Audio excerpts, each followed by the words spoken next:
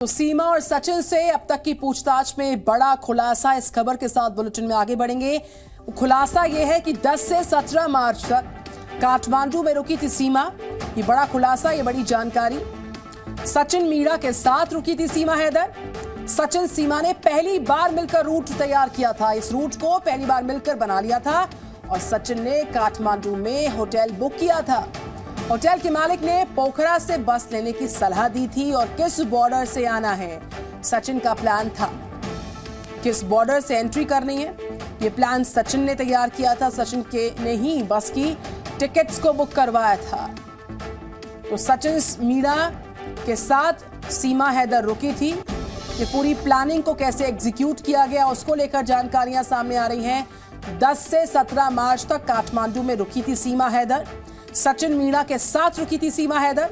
सचिन सीमा ने पहली बार ही मिलकर रूट को बना लिया था। काठमांडू में होटल बुक करवा लिया था। होटल मालिक ने पोखरा से बस लेने की सलाह उनको दी थी और किस बॉर्डर से एंट्री कर रही है देश में, सचिन की प्लानिंग का हिस्सा था। सचिन ने ही बस की टिकट बुक करवाया था।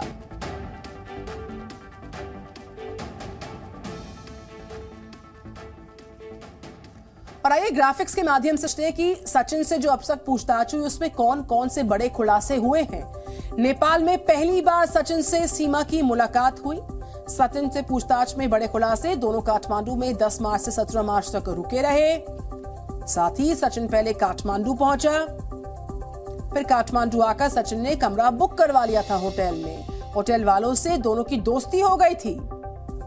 होटल के लोगों ने ही सचिन सीमा के वीडियोस भी बनाए हैं। होटल मालिक से रूट की जानकारी भी इसने हासिल की। जब यहां पर रुकने के लिए पहुंचे थे, रूट की पूरी जानकारी हासिल की।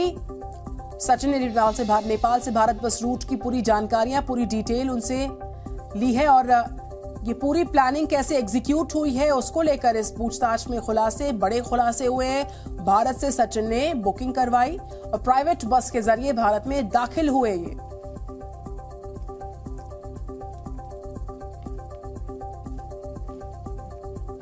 और जितेंद्र शर्मा हमारे साथ है। जितेंद्र, जिस तरीके से ये पूरा घटनाक्रम सामने आया, दोनों काठमांडू में 10 मार्च से 17 मार्च तक रुकते हैं।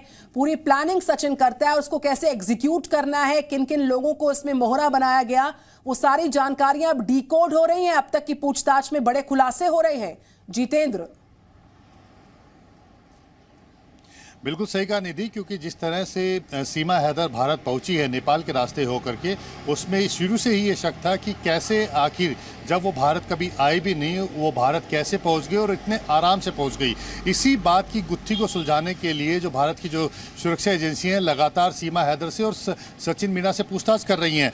जो अभी तक जानकारी मिली है उससे पता लगता है कि जब सचिन मीणा और सीमा हैदर पहली बार नेपाल में 10 मार्च को मिले थे और 7 दिन रुके थे, तो वो इसी मकसद से मिले थे कि आगे कैसे भारत पहुंचा जाएगा और किस तरीके से भारत में एंटर किया जाएगा। क्योंकि ये बात सबको पता थी और सचिन मीणा, सीमा हैदर को पता थी कि सीमा को भारत का वीज़ा नहीं मिलेगा। उसे भारत आने के लिए सिर्फ नेपाल का रास्ता ही चुनना पड़ेगा, क्योंकि नेपाल और भारत के लोगों के बीच में जो संबंध है उसको लेकर के ज़्यादा पूछताछ नहीं होती है और आराम से वो एक दूसरे के देश में आ जा सकते हैं।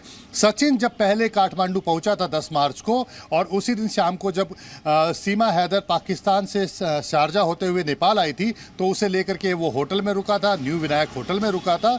और उसके बाद जो 7 दिन रुके हैं, उस दौरान उन्होंने इसी बात की पड़ताल की है कि आखिर भारत कैसे पहुंचा जाए।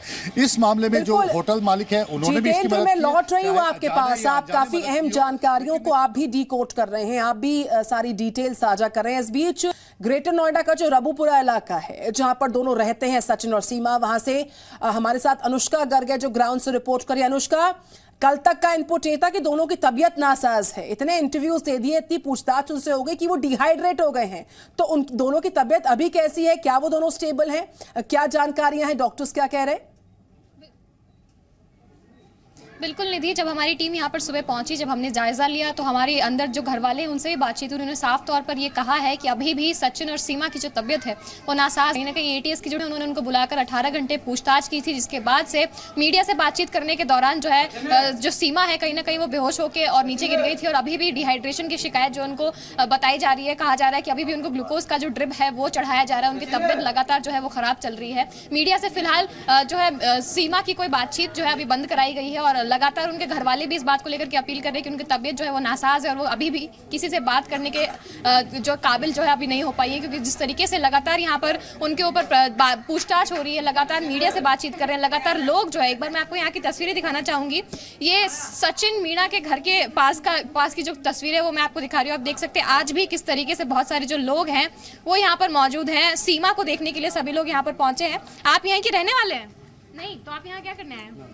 अच्छा, तो आप देख सकते हैं किस तरीके से लगातार यहाँ पर लोग जो है वो यहाँ पर आ रहे हैं। लगातार सचिन मीणा जो है उसके घर के बाहर जो है उसकी तस्वीर मैं आपको यहाँ पर ग्राउंड जीरो से दिखा रही हूँ। बहुत सारे लोग जो है वहाँ पर पहुंचे हैं। थोड़ी देर पहले तक यहाँ पर पुलिस को तैनात किया गया था, क्योंकि जिस तरीके से यहाँ भीड़ हो रही थी तो उसको हटाने के लिए कहीं ना कहीं यहाँ पर पुलिस को यहाँ पर तैनात किया गया। पूछताछ जो है वो जारी था। बीते दिनों पूछताछ हुई। एटीएस की टीम जो है लगातार यहाँ पर बातचीत कर रही है, मगर अभी ऐसी कोई जानकारी मिली नहीं है कि सीमा के खिलाफ जो है ये बता दे कि वो कहीं ना कहीं जासूस है या फिर इसके पीछे क्या बात है। गैर कानूनी तरीके से सीमा भारत के अंदर आई, पबजी गेम खेलते खेलते उन्होंने बताया कि सचिन मीणा से उनकी बातचीत हुई और उसके बाद वो 3 देशों की सीमा लांघने के बाद भारत पहुंची और लगातार यहाँ पर बहुत दिनों तक उनका रहना हुआ। यहाँ पर लगातार वो यहीं पर जो है रह रही है। सचिन मीणा का जो ये घर है, एक बार मैं फिर से अपने कैमरा पर्सन से रिक्वेस्ट करूंगी आपको तस्वीर दिखाने के लिए। यही वो घर है सचिन मीणा का घर, जहां पर अभी फिलहाल सीमा जो है वो भी रह रही है। सीमा अपने 4 बच्चों को लेकर गैर कानूनी तरीके से भारत के अंदर आ गई थी और तब से लेकर अभी तक सीमा यहीं पर है। पूछताछ जो है वो जारी है। यूपी पुलिस और एटीएस लगातार उनसे पूछताछ कर रही है और मीडिया जो है वो भी लगातार कहीं ना कहीं यहाँ पर पहुंच रही है, सबसे बातचीत हो रही है। सीमा भी लगातार मीडिया के सामने आकर जो भी सवाल किए जा रहे हैं उसका जवाब दे रही हैं और फिलहाल जो है उसके लिए अपडेट मैं आपको निधि बता दूं कि फिलहाल जो उनके घर वाले साफ तौर पर कह रहे हैं कि उनकी तबीयत जो है वो काफी ज्यादा नासाज है, इस वजह से वो कहीं ना कहीं किसी से भी बात करने के योग्य अभी नहीं है। बिल्कुल, उनकी चाहे सचिन हो या सीमा हो, दोनों की तबीयत लगातार चल रही है नासाज। उनकी तबीयत के दुरुस्त होने का इंतजार भी किया जा रहा है कि कब दोनों स्टेबल होंगे और बातचीत करने के लिए फिर से सामने आ पाएंगे। बहरहाल हम पोखरा का रुख करते जितेंद्र शर्मा वहां से लगातार रिपोर्ट करें। जितेंद्र, अगला कोर्स ऑफ एक्शन इंटेरोगेशन के माध्यम से क्या आपको नजर आ रहा है? यूपी एटीएस की कई दौर की जो सवाल जवाब का सिलसिला है उसमें कई बड़े खुलासे भी हो गए, कई सारे कनेक्शंस भी सामने आए हैं और आप चूंकि पोखरा नेपाल से रिपोर्ट कर रहे हैं, वहां पर भी एक उस लोकेशन से भी बड़ा इनपुट सामने आया है। अगला लाइन ऑफ एक्शन क्या हो सकता है इंटेरोगेशन का?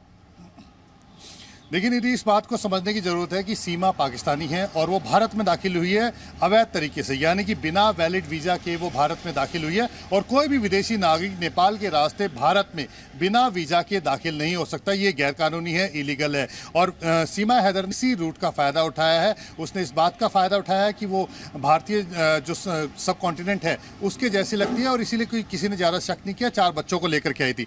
अब जो भारतीय एजेंसियां जो जांच कर रही है उनका जो सबसे पहला जो जांच का एजेंडा है वो ये है कि सबसे पहले ये पता किया जाए कि सीमा हैदर का आखिर मेन एजेंडा क्या है। क्या वो सिर्फ सचिन मीणा से प्यार करती है और इसीलिए वो बॉर्डर को क्रॉस करके भारत आ गई है और इसके अलावा जासूस से या एंटी नेशनल जो एक्टिविटीज़ है उसमें कहीं दूर दूर तक का उसका कोई संबंध तो नहीं है। और यही बात की तस्दीक जो है जांच एजेंसी कर लेना चाहती है। यही वजह है कि बार बार पूछ रही है। और उसके अलावा जो दूसरी सबसे अहम बात है, इससे ये भी पता चलता है कि हमारा जो बॉर्डर है वो कितना पोरस हो चुका है, सुरक्षा में कितनी खामियां हो चुकी हैं कि कोई भी विदेशी नागरिक सीधे बॉर्डर को क्रॉस करके भारत में दाखिल हो चुका है। ये सीमा बिल्कुल जितेंद्र, आप रिपोर्ट कर रहे हैं नेपाल के पोखरा से। हम लौटते रहेंगे अपडेट्स के लिए आपके पास और साथ ही साथ रबुपुरा ग्रेटर नोएडा से